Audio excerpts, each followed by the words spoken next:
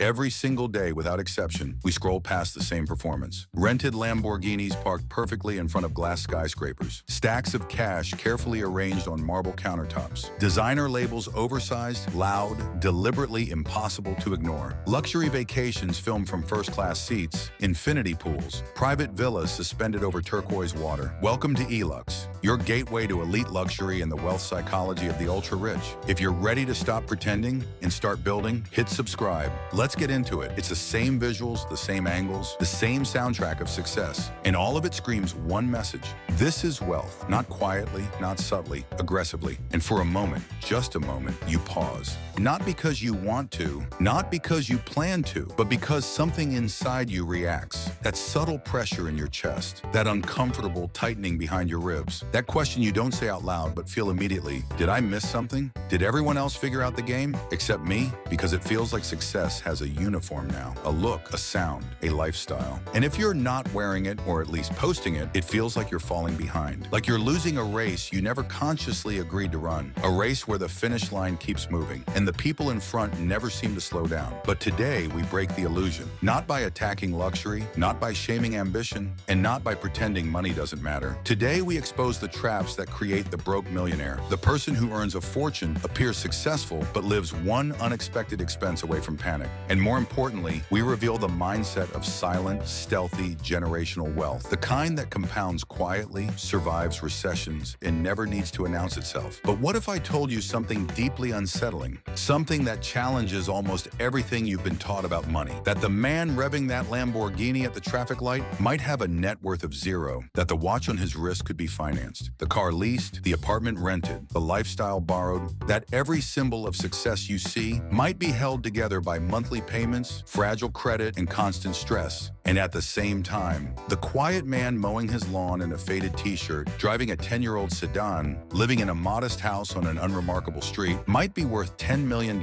No flex, no entourage, no designer logos, no need to be seen. Just ownership. We are living in the greatest illusion of wealth in human history, an illusion deliberately engineered to keep you consuming, comparing, posting, and feeling behind. Brands have mastered behavioral psychology, influencers have perfected performance, and society has completely confused looking rich with being rich. The algorithm doesn't reward patience. It doesn't reward discipline. It doesn't reward restraint. It rewards spectacle. So people perform wealth instead of building it. There's a group economists quietly fear. They're not poor, they're not reckless, they're not irresponsible. They're called Henrys, high earners, not rich yet. On paper, these people look unstoppable. Doctors, surgeons, lawyers, tech directors, senior consultants, finance professionals, people earning $250,000, $350,000, $500,000 plus per year. You'd assume they're wealthy. They drive luxury cars, live in expensive neighborhoods, send their kids to elite schools, and take premium vacations. But here's the shocking truth. 62% of Americans earning over $300,000 still live paycheck to paycheck.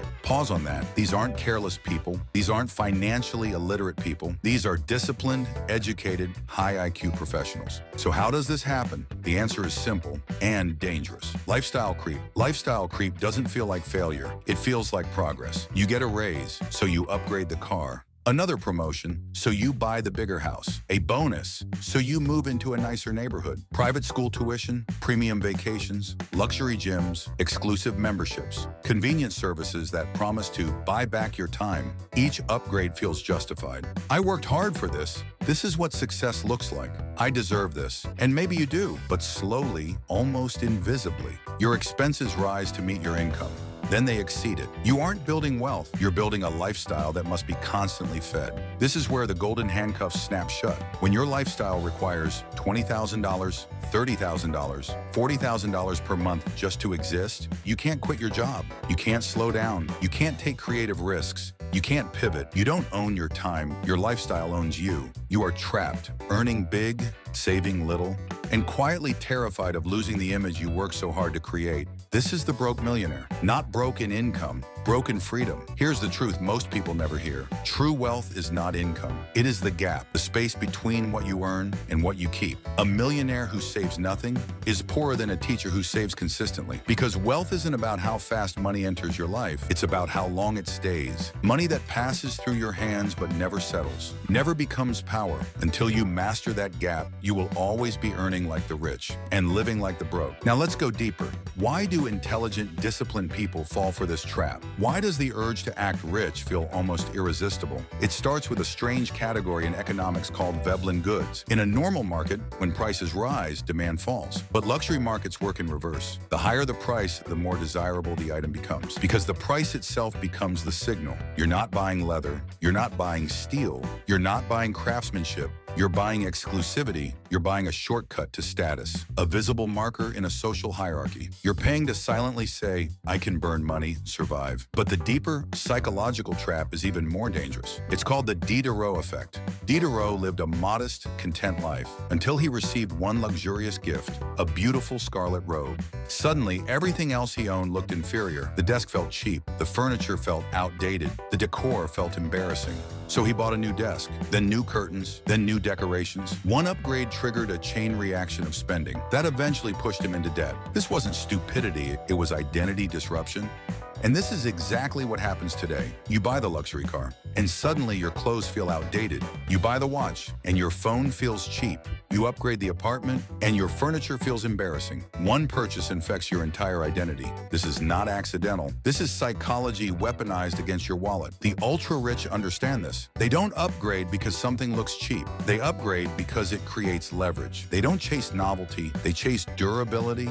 They delay gratification, not because they can't afford luxury, but because they understand timing. Luxury too early is sabotage. Luxury at the right moment is strategy. Now let's talk about the real mathematics of wealth. Not the sticker price of luxury, but the opportunity cost behind it. Take $50,000. You can buy a luxury car that depreciates every year, or you can buy an asset that compounds. That car, in 5 years, might be worth $20,000. You didn't just lose $30,000. You lost options, you lost leverage, you lost future freedom. If you invested that same $50,000 into the S&P 500 at an average 8% return, in 20 years, it could become over $230,000. That car didn't cost you $50,000. It cost you $250,000 of future freedom. Kevin O'Leary calls money soldiers. When you buy liabilities, you kill your soldiers. When you buy assets, you promote them, and they return with reinforcements. The people acting rich destroy their entire army just to look successful. The wealthy deploy their army strategically and let it fight for them quietly. But the real difference between the wealthy and everyone else is not intelligence, it's systems.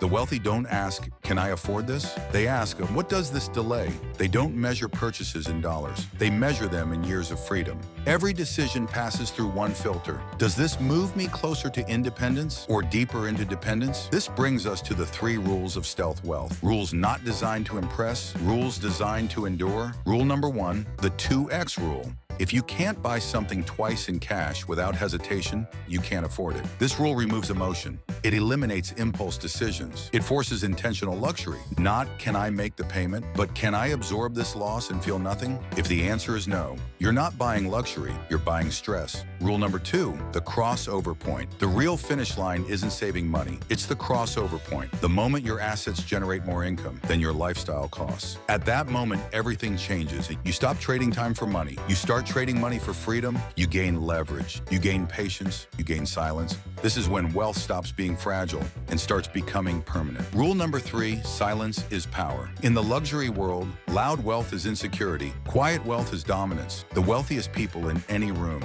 are often the ones you'd never notice. They don't need validation. They don't need applause. They don't need proof because their balance sheet already speaks. Be the person who walks into a room unnoticed until the results speak for you. The broke millionaire paradox is simple.